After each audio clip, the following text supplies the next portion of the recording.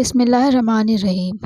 سورۃ الحجرات آیت نمبر 26 سے 44 میں اللہ تعالیٰ کا ارشاد ہے، اور ہم نے انسان کو کھنکھناتے ہوئے سڑے ہوئے گارے سے پیدا کیا ہے، اور جن کو ہم نے اس سے پہلے آگ سے پیدا کیا۔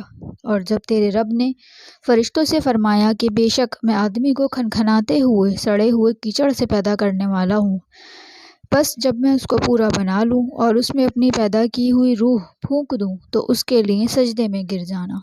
پھر سب فرشتوں نے سجدہ کیا مگر ابلیس نے انکار کیا کہ وہ سجدہ کرنے والوں کے ساتھ شریک نہیں ہوگا۔ اللہ تعالیٰ نے ابلیس سے کہا کہ اے ابلیس، تو سجدہ کرنے والوں میں شریک کیوں نہ ہوا؟ ابلیس نے کہا، میں اس انسان کو سجدہ نہیں کر سکتا جسے تو نے کالی بدبودار بجنے والی مٹی سے پیدا کیا ہے۔ اللہ تعالیٰ نے فرمایا کہ نکل جا، اور بے شک قیامت کے دن تک تجھ پر لعنت ہے۔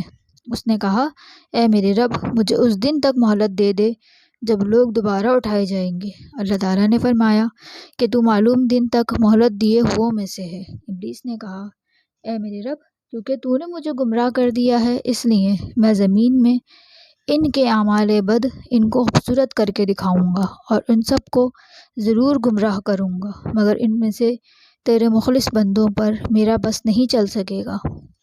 اللہ تعالیٰ نے فرمایا، یہی میرا سیدھا رستہ ہے، بے شک میرے بندوں پر تیرا کوئی غلبہ نہیں ہوگا، مگر وہ گمراہ لوگ جو تیری پیروی کرتے رہیں گے ان پر تیرے بہکاوے کا اثر ضرور ہوگا، اور بے شک ان سب کے لیے جہنم کا وعدہ ہے۔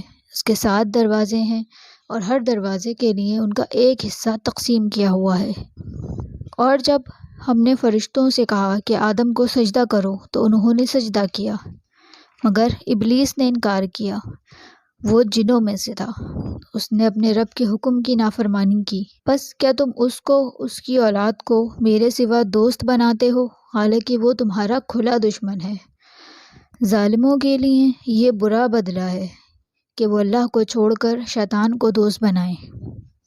ایک اور جگہ سورۃ طٰہٰ آیت نمبر 115 سے 126، اور ہم نے آدم سے وعدہ لیا تھا اس سے پہلے تو وہ بھول گیا اور ہم نے اس میں مضبوطی نہیں پائی۔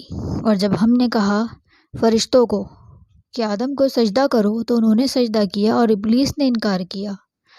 تو ہم نے آدم سے کہا کہ یہ تیرا اور تیری بیوی کا دشمن ہے، ایسا نہ ہو یہ تم کو جنت سے نکال دے اور پھر تو کسی آفت میں پھنس جائے۔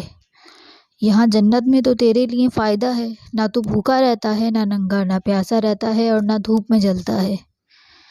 مگر شیطان نے ان دونوں کو پھسلا لیا اور کہا، اے آدم، کیا میں تجھے وہ درخت نہ بتاؤں جو ہمیشہ کا ہو اور ایسا ہو کہ ختم نہ ہو؟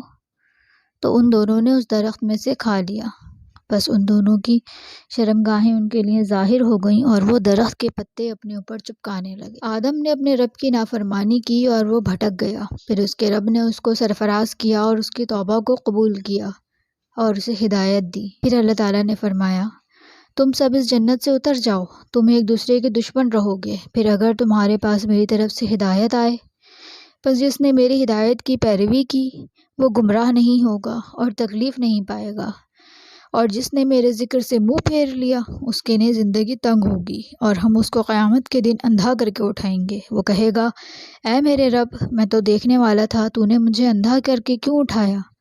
اللہ تعالیٰ فرمائے گا، اسی طرح جیسے تیرے پاس ہماری آیات آئیں اور تو نے ان کو بھلا دیا، اسی طرح آج تجھے بھلا دیا گیا ہے۔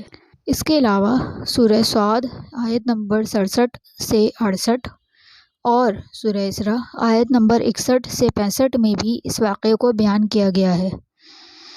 سورۃ الاعراف میں آیت نمبر 16 اور 17 میں ارشاد ہوتا ہے، شیطان نے کہا، چونکہ تو نے مجھے گمراہ کر دیا ہے اس لیے میں بھی ان کو گمراہ کرنے کے لیے تیرے رستے پر بیٹھوں گا، پھر ان کے پاس آگے اور پیچھے سے آؤں گا، ان کے دائیں اور بائیں سے آؤں گا، پھر تو ان میں سے بہت سو کو اپنا شکر گزار نہیں پائے گا۔ میں ان کے لیے ہر گھات پہ بیٹھوں گا اور ہر جہت سے آؤں گا اور پوری کوشش کروں گا ان کو بہکانے کی۔ اب وہ آدمی نیک بخت ہے جو ابلیس کی مخالفت کرے، اور جو اس کے پیچھے لگے وہ بدبخت ہے۔ قصص الانبیاء مکمل سننے کے لیے اس چینل